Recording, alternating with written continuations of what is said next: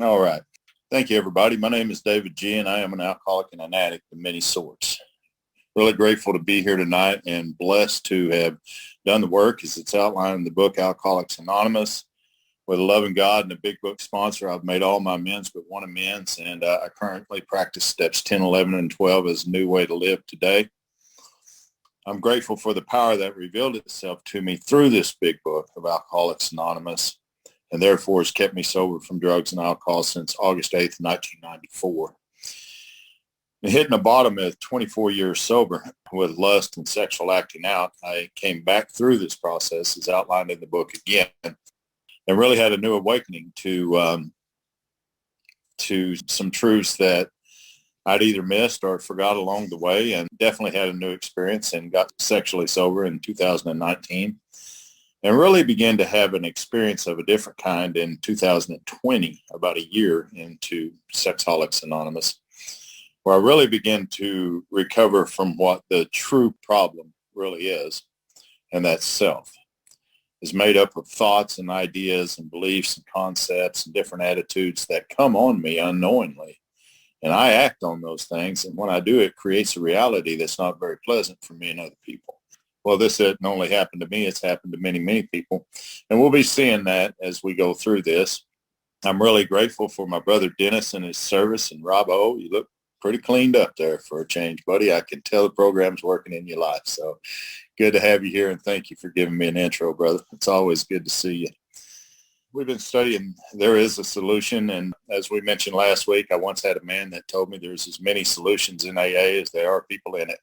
But the title of this chapter tells me something different. It says there is a solution, and that's the solution that I try to focus in on, is exactly what it's outlining for me here. I'm very grateful that Bill didn't title it that this is the solution, because I know many people that wasn't able to get this solution that got it in other ways.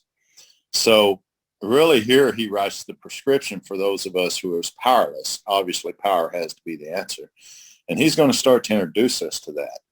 We've been talking a lot about this physical allergy. Once we put alcohol and drugs in our body, what happens that we're unable to stop because of a phenomenon of craving that demands that we're going to continue to do it.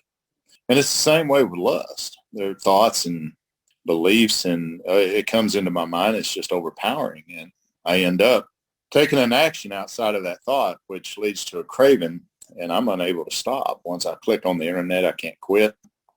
But the real problem is, why do I do that, and how can I stop that once that comes in? Well, there's good news and bad. The bad news is I can't, but the power within me can, and so I need to contact that power. And so that's what he's going to talk about, and there is a solution. Now, Bill didn't like the solution any more than he figured we were going to like it, but he's going to write a chapter coming up here pretty soon called More About Alcoholism. And that was kind of his thinking from what I read about Bill, is there again, he knew that we wouldn't like the solution any more than he did the way he described it, I think, on page 12 of the book in his story when he said these words. I could go for such conceptions as creative, intelligent, universal mind, spirit of nature, but I resisted the thought of the czar of the heaven, however loving his sway may be. I've since talked with scores of men who have felt the same way.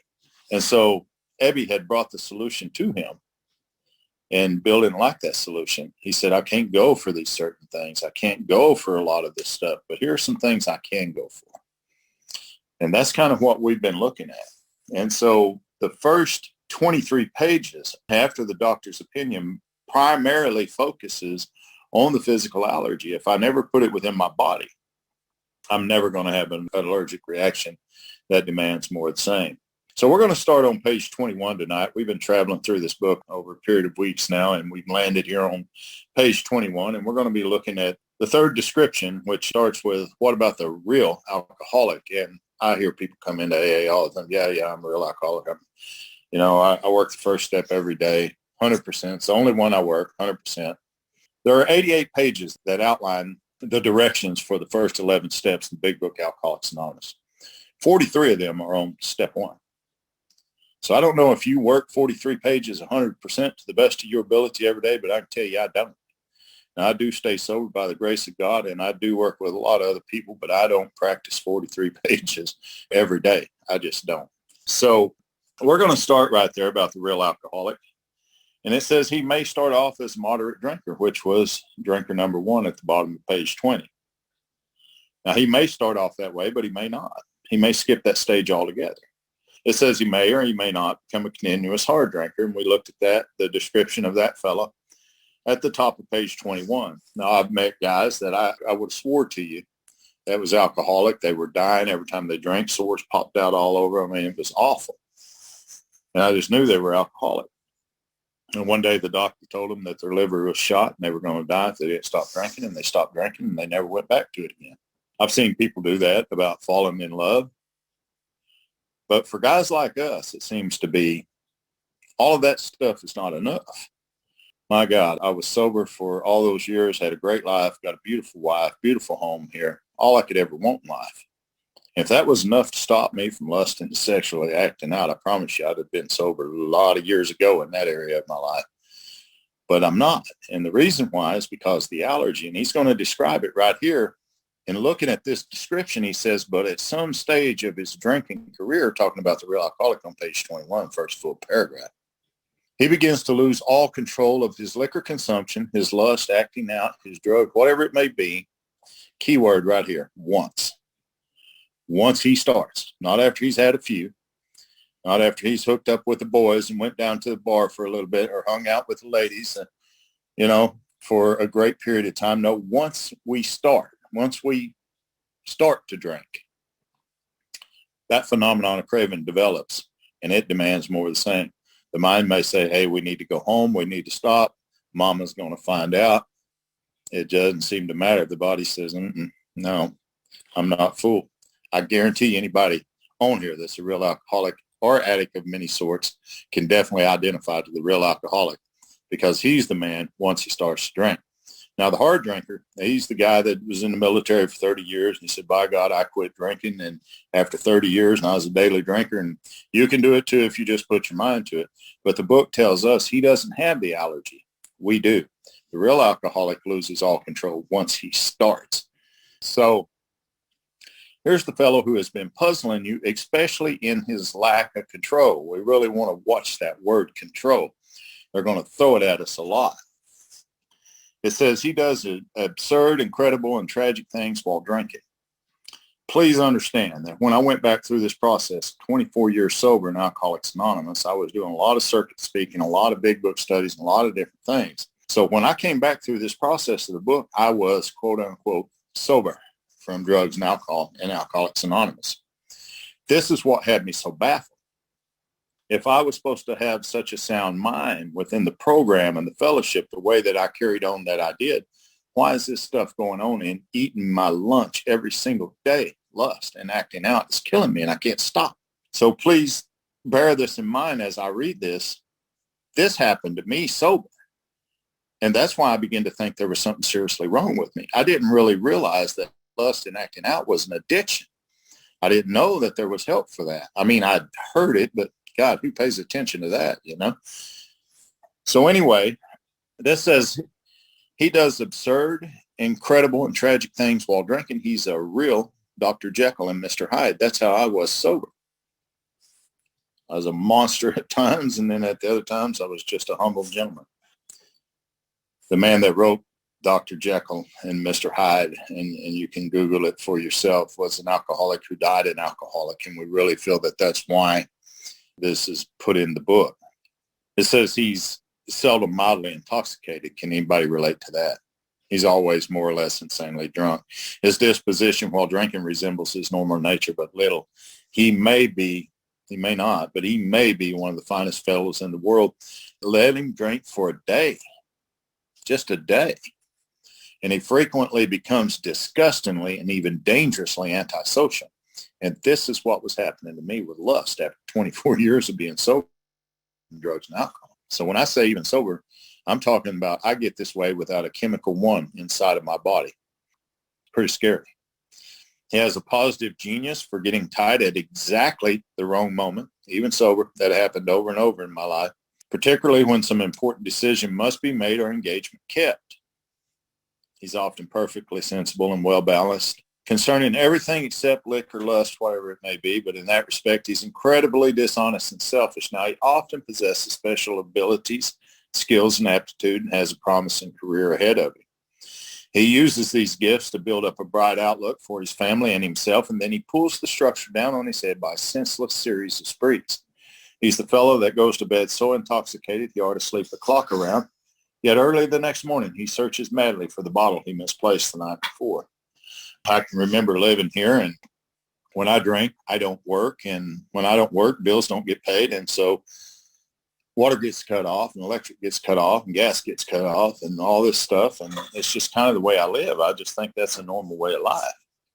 So one morning, the gas had been turned off and I had a bottle. I had a pint bottle of Canadian Club whiskey.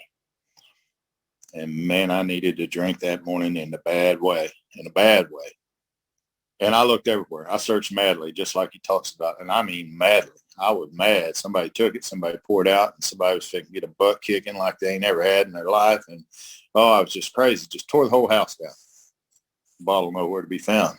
So in a little while, I thought, well, I haven't eaten in a few days. Maybe I can make some eggs. So I go over and I plug that electric skillet in because the gas is turned off. And a little bit, I began to smell something that smelled kind of funny.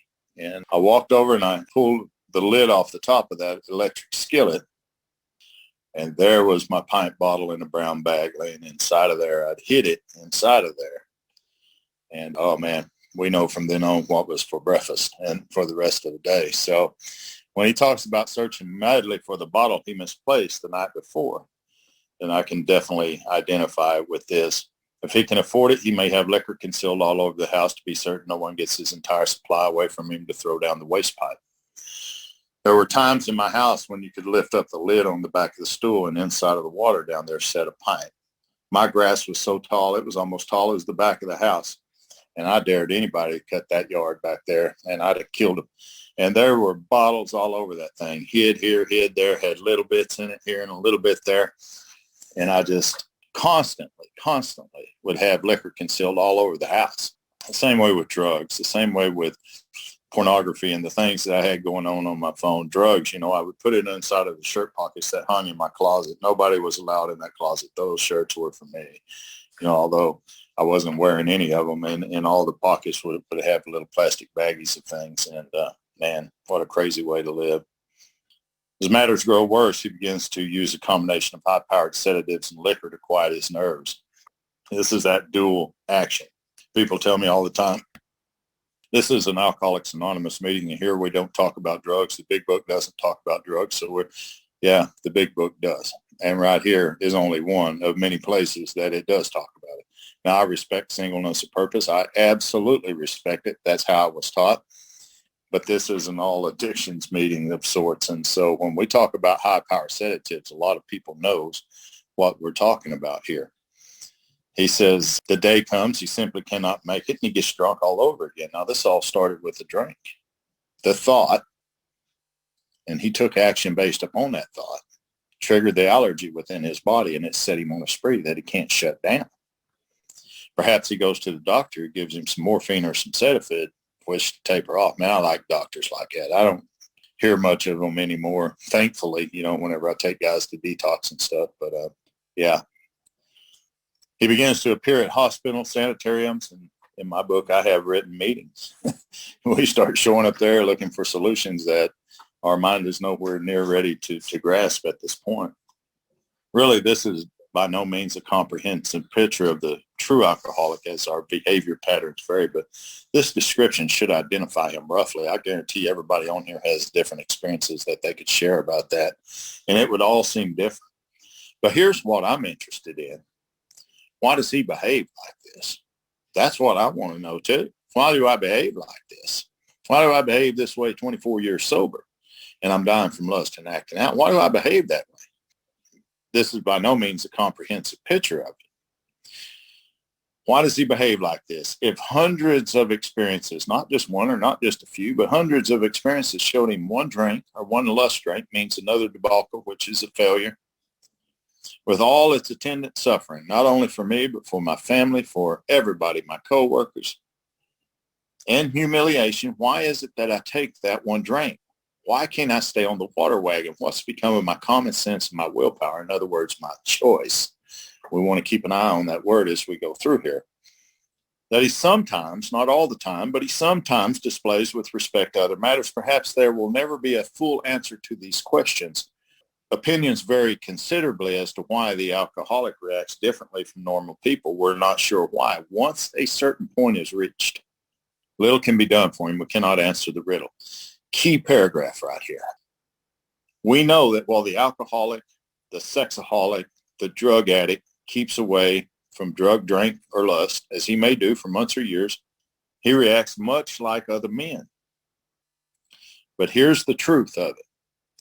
We are equally positive that once, keyword, once, he takes any alcohol, lust, drugs, whatever it is, into his system, something happens. We've been talking about that for 20 pages now. Something damn sure happens every single time I do that. All I got to do is look back on my experience, and it shows it over and over and over. My mind will say, nah, it wasn't that bad. Or, yeah, you was way bad. Go tell them all about it. But the truth is, I need to stop right there, and I need to ask myself this question. Am I equally positive that once I take whatever it is into my system, does something happen to me, both in the bodily and the mentally sense, not just the mentally, but the bodily, that makes it virtually impossible for me to stop? I drive a semi, for God's sakes, and I would watch porn for hours.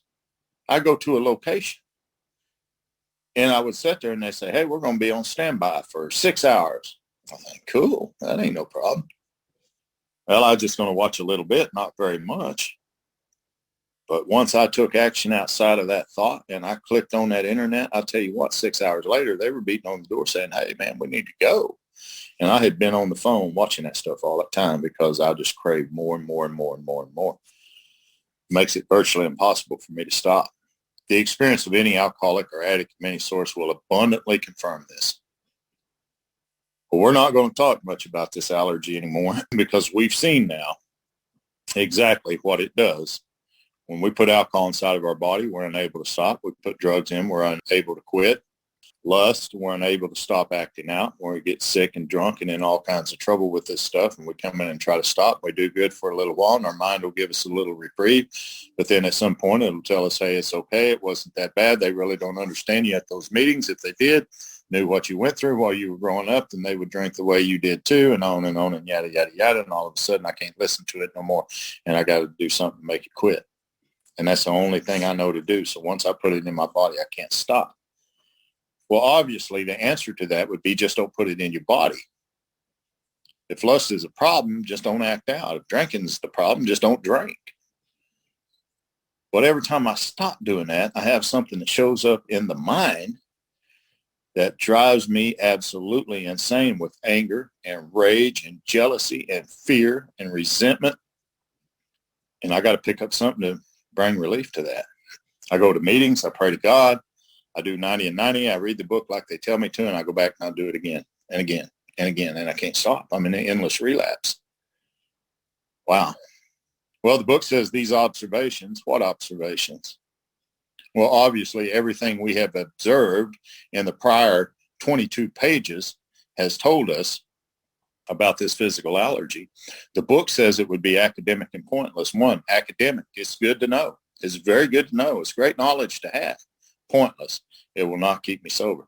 I don't care if I know about the allergy or not. Read page 8 in Bill's story. He knew all about step 1.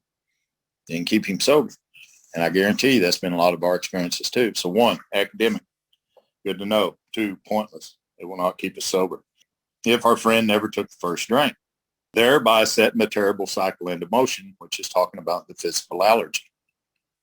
Therefore, the main problem with the alcoholic, lustaholic, sexaholic, drug addict is centers in his mind rather than in his body. But if we try to leave out that physical factor, it's absolutely incomplete. The doctor tells us, and we will relapse again and again because the mind will convince us it's okay to pick it up. And then once we put it in our body, it tells them, man, you shouldn't have done that. We better stop. And the body says, no, we're not stopping until we're full, and we're not full. But look at this. If you ask him why he started on that last bender, the chances are he will offer you one of 100 alibis. Sometimes these excuses have certain plausibility, but none of them really make sense in the light of the havoc of an alcoholic's drinking bout creates. They sound like the philosophy of a man who, having a headache, beats himself on the head with a hammer so that he can't feel the ache. And if you draw this fallacious reasoning to the attention of an alcoholic or a sexaholic, he'll laugh it off and become irritated and refuse to talk. Powerful words there. If you ask him why he started, he'll offer you all of these alibis. But the book says in his heart, he really don't know why he does that. I didn't wake up that day thinking, man, I'm going to hurt my family today. I'm going to destroy my marriage and tear down my career, and I'm going to do all this stuff. I never one time walked in a liquor store and said, man, last night you sold me a bottle of that stuff. I ran over a kid out there. I got into a fist fight down at the bar, man. I ended up with somebody that was other than, how much will you charge me to experience that again tonight? I just want to go through that one more time. That never crossed my mind. Not once, not ever. Because in my mind, I don't know why I do it. Why do I do that? Because that's not me doing it. And it took me a long time to wrap my mind around that. And we're going to look at it pretty in depth as we go through this book in the weeks to come. Now, I'm being directed by a force much greater than I am. And it's not a force for my good, by the way. Now, I'm acting and I'm doing the part and I'm doing what it tells me to do. So I'm absolutely accountable for everything that I've done. I was there. I did it. But I did it based on a decision on something that was putting thoughts there. Why would I need a power greater than myself to restore me to sanity if my insane thoughts were not running the show? It's pretty powerful.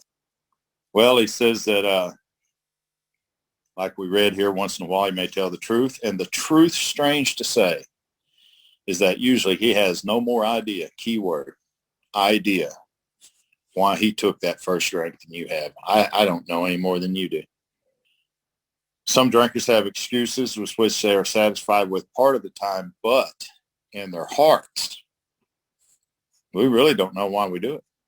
You can ask me why I acted out for 24 years, knowing in my heart that I was going to lose everything in my life if I got caught.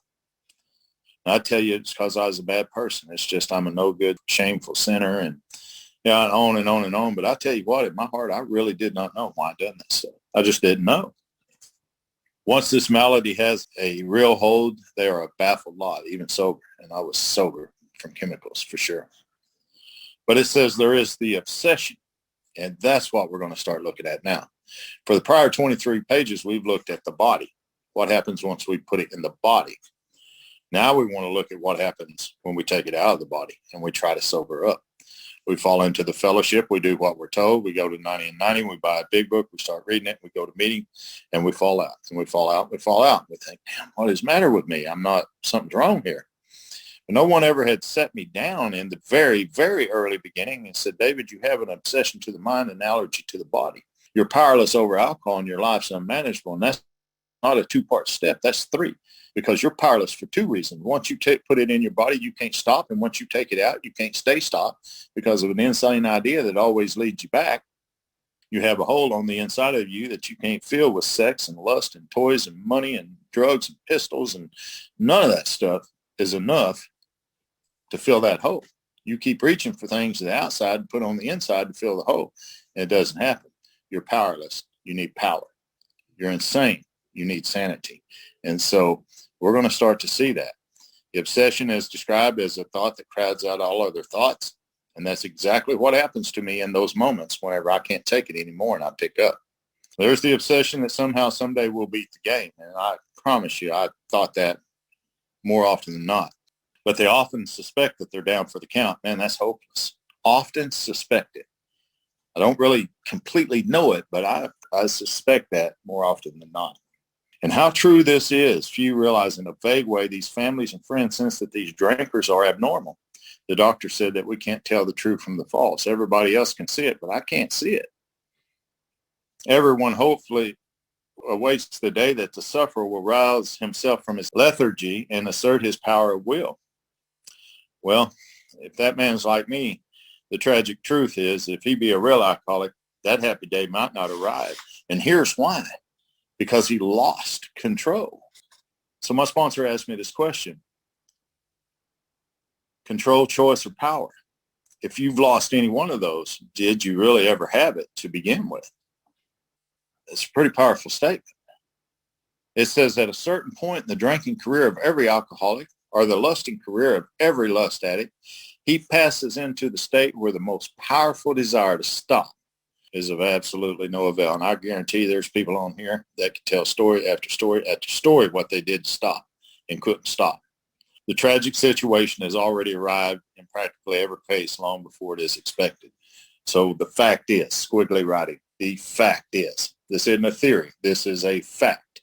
And it is that most alcoholics, not all, I want to pay attention to that word most, not all alcoholics have this bug that we're talking about. Some can come in here and God bless them. They can go to Alcoholics Anonymous and go to meetings, and go to Sexaholics Anonymous and go to meetings, get a sponsor, work through the steps, and never have any more trouble again.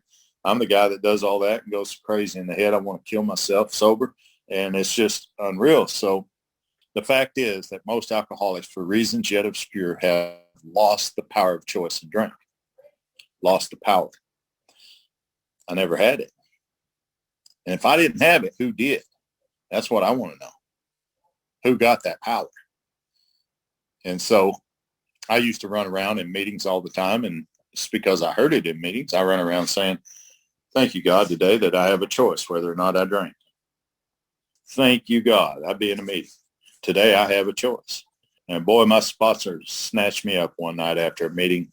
This one we was meeting in person outside, and he says, you never had a choice whether you drank or not in your life. What makes you think now that you're sober you got a choice? And I said, well, because I'm sober, I'm of sound mind. I've got better things going on in my head. I don't choose to be that way anymore. And he said, when you woke up this morning, who did you ask for help to stay sober today? I said, well, God. And he said, well, then where the hell was your choice? You chose God, right? I said, yeah. He said, you better stick to that choice and quit thinking you got one. Because the day's going to come when you're going to lose the power of, and that thought is going to overtake you, and you're going to make the wrong choice. And when you do, you're going to end up drunk again. And it says it right here. Most alcoholics, for reasons yet obscure, have lost the power of choice and drink. Our so-called willpower practically becomes non-existent. Not during this time. Now, when I came to Alcoholics Anonymous, they told me that me and willpower would never have a relationship again as long as I live. Page 85 of this book tells me that's a lie. By then, I'm connected to the power once more. And as long as my will is aligned with his, all will be well. We can use our willpower along these lines all we wish. It's the proper use of the will, but not here. It's practically non-existent. I'm unable at certain times, not all the time. This is what's so baffling about the illness of lust addiction, alcoholism, drug addiction, whatever it may be. It comes at certain times. There's times you think, man, I'm doing better, feeling better, making a little money, talking better, smelling better, taking a shower. Everything is looking good. Boom, there I go again. I'm off on another run. At certain times, I'm unable to bring into my consciousness with sufficient to force the memory and the suffering and humiliation of even a week or a month ago. I'm without these defense against the first drink. The almost certain consequences that follow, taking even a glass of beer, do not crowd into the mind to deter us. That's insanity. If these thoughts occur, key word, thoughts, if they occur, they're hazy. It's weird how sanity is pushed away by insanity at this point in my life. If that does occur every now and again, which is very rare in those days, this is how it looked. They were hazy, readily supplanted with the old threadbare keyword here, idea. This is self. This is exactly what it is. At this time, we shall handle ourselves like other people. There's a complete failure of the kind of defense that keeps one from putting his hand on the hot stove. My sponsor, Charlie, used to talk about the hot stove experience when he was a kid and taking a bath in the wash tub in the days of the Depression and all that stuff. And he backed up one night and stuck his butt to a hot stove, and it burnt the hell out of him. And he said, you know, he never had an obsession to go back and stick his ass to a hot stove ever again as long as he lived. He said, but let me put that in the context of alcohol. Let some of us put it in the context of lust and acting out. We have burned ourselves over and over and over and over again, and we'll back up to that stove every single time and say, it won't burn me this time. Here's how. And consciously, I just don't say that. But in my mind, that's kind of what I think. You know, it's not going to do that to me again. This time I know how to handle myself differently. So The old threadbare idea that this time we shall handle ourselves like other people. Wow. The alcoholic may say to himself in the most casual way, it won't burn me this time, so here's how. Perhaps, key word for me here, he doesn't think at all. I just act. There's no thought. It's all action. How often have some of us begin to drink in this nonchalant way, and after third or fourth pound on the bar and said, for God's sake, how'd I ever get started again? Only to have that key word, thought. See all these things that are running around? See how self's really directing the show here? Only to have that thought supplanted, well, I'll stop with 6 or what's this anyhow. I'm still trying to insert choice here, power and control. I'll stop with the 6th. I'll never look at porn again. I'll never hurt you again, sweetheart. I swear I'll never do that and mean it with all my heart, and I'll be back there in just a little while doing the very same thing I said I wasn't going to do anymore. I don't have any power. So when this sort of thinking, keyword, is fully established in an individual with alcoholic or sexaholic tendencies, he's probably placed himself behind human aid. And if I have placed myself beyond human aid with this, and my experience shows that to be true, God loved the fellowship, but it's just not going to be able to help me anymore. It's carried me as far as it's going to be able to carry me. And 24 years later, I stood there standing there with all the masks torn off, thinking, what in the hell am I going to do? I can't go to meetings anymore. It's not working for me. That just don't drink and not go anymore. Don't act out and keep coming back. That's not working. Every time I try that, I fail, and I do good for a while. And I go back again and again and again. I've placed myself beyond human aid. If I can go to meetings and just not drink, human aid is my answer. That's not the answer for a guy like me. Sober is not well. Sober, just sober, is not well. These stark and ugly facts have been confirmed by legions of alcoholics throughout history, but for the grace of God, there would have been 1,000 more convincing demonstrations. So many want to stop, but cannot. Man, I talk to guys every day, lust addicts, sex addicts, alcoholics. God, they want to stop, but they can't. They just can't. And I understand that. It's not some magic pill or something we can take, and all of a sudden, you can't teach willingness here. You just can't. We have to get beat to the point where I know nothing else is going to work, and I got to do this no matter what. There is a solution. Thank God that that's written in this page. Almost none of us like the self-searching, the leveling of our pride. That's step 4. That's exactly what we do in the 4-step inventory. We search ourselves, small s. We're going to search out the ways that self has defeated us, and when we get over to there, you will absolutely see that. There is no doubt. It can't be missed whenever you're studying the book in this way.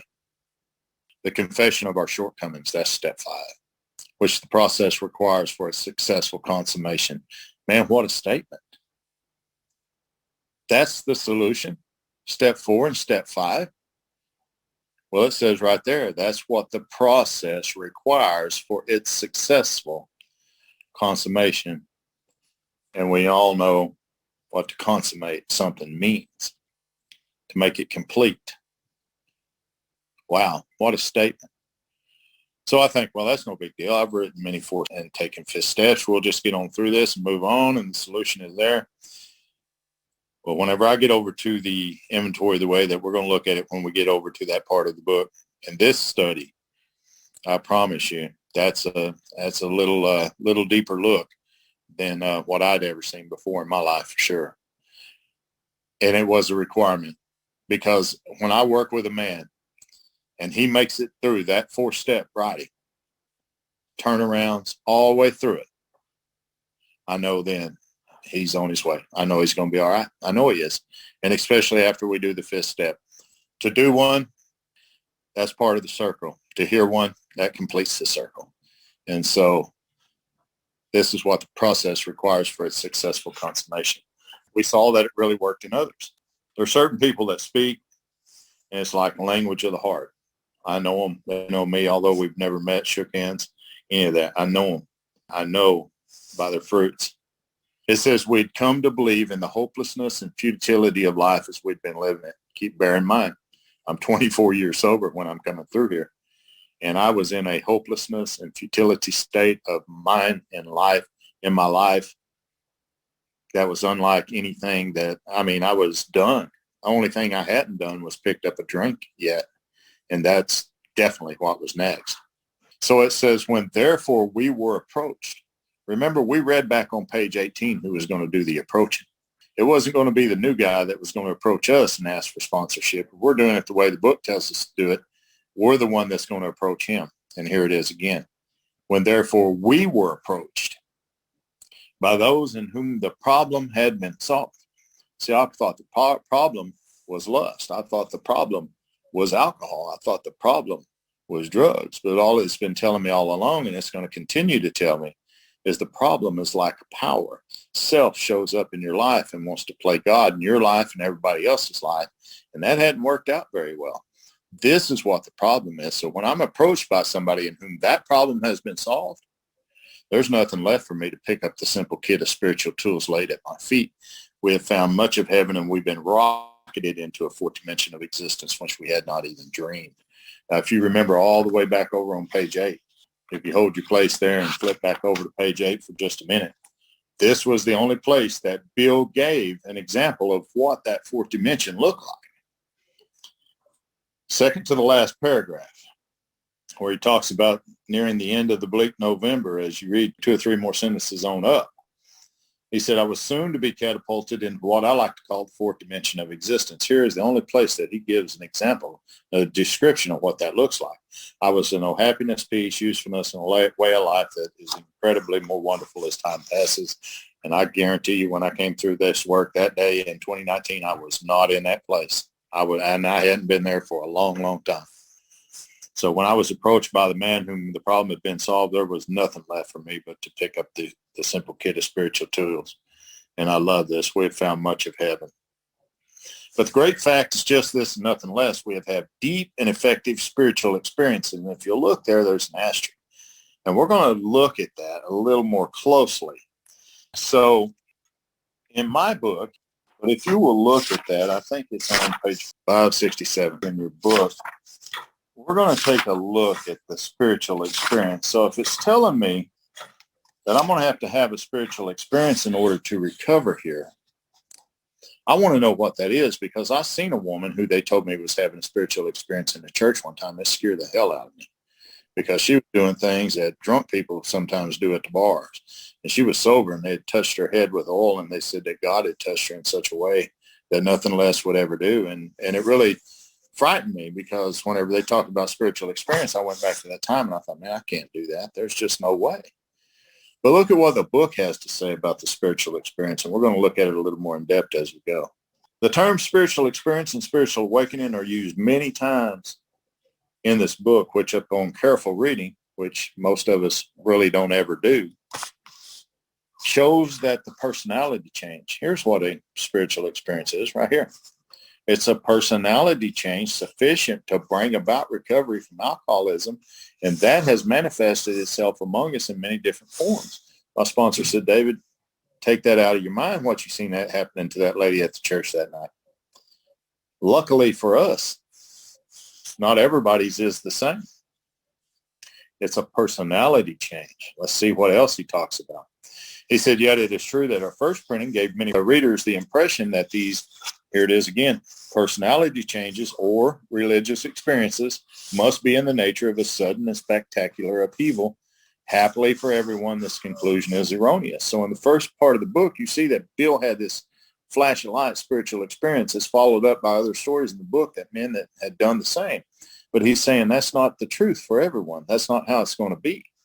In the first few chapters, a number of sudden revolutionary changes. That's what a spiritual experience is. It's a sudden revolutionary change, or described. Though it was not our intention to create such an impression, many alcoholics have nevertheless concluded in order to recover, they must acquire an immediate and overwhelming God consciousness, followed at once by here's what a spiritual experience is, a vast change in feeling and outlook.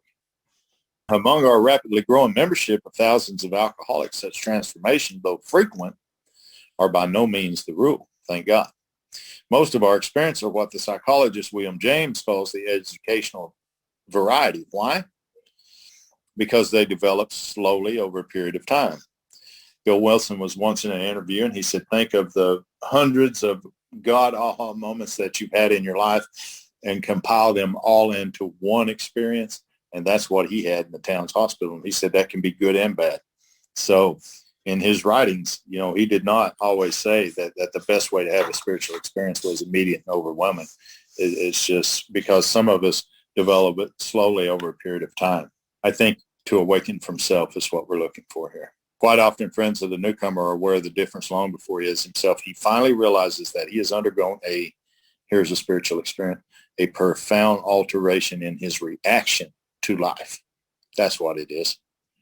That such a change could hardly have been brought about by himself alone. What often takes place in a few months could seldom be accomplished by years of self-discipline. With few exceptions, our members found that they have tapped an unsuspected inner resource. And that's what we find through the process of this book, which they presently identify with their own conception of a power greater than their self. Most of us think that this awareness of a power greater than self is the essence of a spiritual experience. And have guys tell me, I'm aware that something's going on. I can't quite explain what it is. Well, the book says that's the essence of the experience. You're already beginning to have it, whether you know it or not, once we start to acquire that awareness. Our more religious member calls it God consciousness. Most emphatically, we wish to say that any alcoholic, lustaholic, no matter human being, capable of honestly facing his problems, and I think that's the key word, honestly facing them, in the light of our experience, can recover, provided he does not close his mind to all spiritual concepts. He can only be defeated by an attitude of intolerance or belligerent denial. I've sponsored men like that. Oh, man, they had just such an experience, but their old beliefs come back and got them in different areas of life. And although they didn't act out, they're not much use to other people and helping them. And that's a shame. It's a shame. So we find that no one need have difficulty with the spirituality of the program. Willingness, honesty, and open-mindedness are the essentials of recovery, but these are indispensable. There is a principle which is a bar against all information, which is proof against all argument, and which cannot fail to keep a man in everlasting ignorance, and that principle is contempt prior to investigation. Anytime that I'm the judge, the jury, I'm the executioner, I'm the victim, I'm the scorekeeper, we're going to see all of those personality types when we get to step 3. We're going to see all these things as self and how it manifests in various ways. And that's what continues to beat us over and over and over. So next week, we're going to pick up right there on page 25. We'll probably start with the great fact. It's just this and nothing left. We have had deep and effective spiritual experience. And if they've had one, I want one too. And thank God, by the directions as outlined in the book, Alcoholics Anonymous, I got to have just that and have walked a free man from self ever since. Do I still have things come up? Absolutely. Am I able to catch them, turn them over, get away from them quick? I absolutely am. My life isn't run by that anymore. It's ran by something much greater, and it's a good thing to be a part of. So thank you all for coming out tonight, and let me share with you. I sure would like to hear from you as well. Thank you, Dennis. This concludes David's share on tonight's chapter, but we encourage you to keep listening as he answers questions from the audience and shares additional experience, strength, and hope. Are we on step 1 or are we on another step? Because I just jumped into this thing. Yeah, we're going to be in step 1 for a little while. Yeah, so I've been in the program. I'm a frequent relapser. Since 2008 I've been as programs. Most I've had is 6 months sobriety. So at some level, I'm unable to accept that my life is totally unmanageable and I'm powerless over this addiction. But, on paper, I'm not achieving really anything that I'm capable of. So what does it really take for a constant relapser, based on your experience, strength, and hope and time in the program, to totally admit powerless? Well, thank you, brother, for your question. And one of the things that I would have to say is I've met many hundreds and even thousands of people who have been in the fellowship for a long, long time, but I've met very few that were really in the program, because those that are in the program completely and fully don't relapse over and over and over. They usually experience what we had read about there at the end. And I think I hear it all the time. It's surrender, surrender, surrender. But my book says abandonment to God, that I could at last utterly abandon self to him. And when I came back through this process in 2019, I didn't really understand that the way I understand that today. People say, that third step, that's committing to do 4 through 9, or you got 3 frogs set on a log and 1 jump off and all this BS. But that tells me it's about utter abandonment to God. And until I can find myself there, The doctor describes it this way on page XXIX in the very front of the book, which is Roman numeral 29, if I'm not mistaken. Somebody correct me if I'm wrong.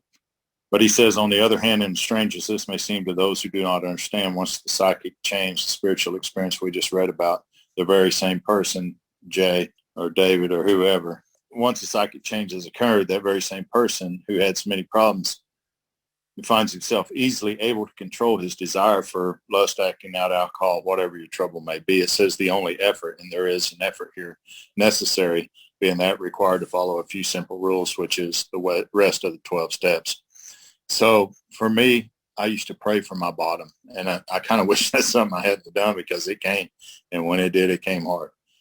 But that's what it took in order for me to come back through this process, set aside a lot of the stuff I thought I knew about Alcoholics Anonymous, and open my mind for a new experience. So they tell me you can't teach willingness here, no matter how hard you try, and I know, because a lot of people try to teach it to me, judge, lawyers, doctors, policemen, prison, none of that work, none of it. So I don't know. I guess the question was, for a chronic relapser, what is, for me, I can only speak from my experience. It was that absolute hopelessness of a bottom that I knew nobody was going to be able to pull me out of nothing. And it was only there that I was able to find abandonment to God. So I appreciate your question, bro. I really, every week I really look forward to this. It's like the highlight of my week. And I've got lots going on in my life, but I really look forward to this, David, and thank you so much for your insight. I just want to say that my sobriety date is the 20th of November, 1995. So I've been sober for a little while. And I had a spiritual awakening about 6 months before I got sober. And I had a complete, I suppose in some ways, like this incredibly powerful white light experience where I was able to get honest, I suppose, for the first time to a loving God. And I asked for intervention. And it came to me instantaneously, and I threw away all the substances I had in my hand and everything I had on my person, but I wasn't able to stay sober. But I had this incredibly powerful experience. And it was about 6 months before, I think it was April 95. And then moving forward, for whatever reason, it took, just time for this to settle in. And I can't say that's just my experience, but it was this incredibly powerful white light experience. And that preceded me actually really surrendering to Alcoholics Anonymous and other fellowships too. And I find myself sitting here today listening to you and once again having this different level of surrender and just really feeling, I love when you talk about the hand of God, David. I really love that, and And I've got my book here and it's pretty well used. And I'm just having a completely new spiritual experience now, even on its page 25, and I'm really grateful for that. And lest I forget what I'm finding out to be the case, I've got kids, I've got like 7 animals in the house I live in. I've got lots of responsibility. And it's so important to be reminded today that, my focus and the center of my world, everything comes from what you're talking about today, understanding self, you know what I mean? And I'm still totally open to what's being suggested about what self is and how it manifests, like I was told the ism of alcoholism is the I, self, and me. And I always was like, yeah, I just use that as a statement. But now I'm seeing how powerful that is, that thought, like you were just talking about. So I just wanted to share that. I'm really grateful. I'm stoked. Thank you so much. Hi, thank you, Dennis. Thank you, David, for amazing meeting. And thank you for opening my eyes yet again to the depths of this great book of ours. And you have really majored a lot of reliance on the God of your understanding. I gave that lip service when I first came into the room. But that was an easy part, and I just forgot all about it. And like yourself, I had decades of non-drinking, but acting out and being irritable and discontent and a pretty unpleasant character all round, really.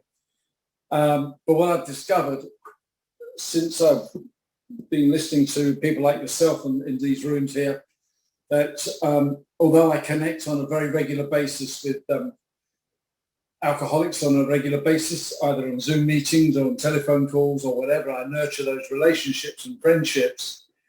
I also have to be mindful of the fact that I have got to have that sort of friendship with the God of my understanding, not just to say that I believe in a higher power. I've actually got to communicate with that higher power on a regular basis. And that is what I believe has actually maintained and improved my mental sobriety this last year. I've actually put effort into helping my higher power, whereas before I just had one as if he was sitting on the shelf. Now I communicate with him on a daily basis, and I can see from where your viewpoint, where you've been discussing tonight, how important it is in your life. And I certainly have to say through my experience that it has been the main plank of my sobriety this last year. Because I stayed sober outside the rooms for a long time, but it was a miserable existence. But since I've actually come back into the rooms and remained sober, that sobriety has improved to, I wouldn't say I'm happy, joyous and free every day of the life. That would be a lie. But since I've been having a relationship with my higher power and talking to him and listening to him, my life has improved. And I am very grateful to all of you guys who facilitate this amazing meeting. Thank you, David. And thank you, Dennis. God bless. Love to you all.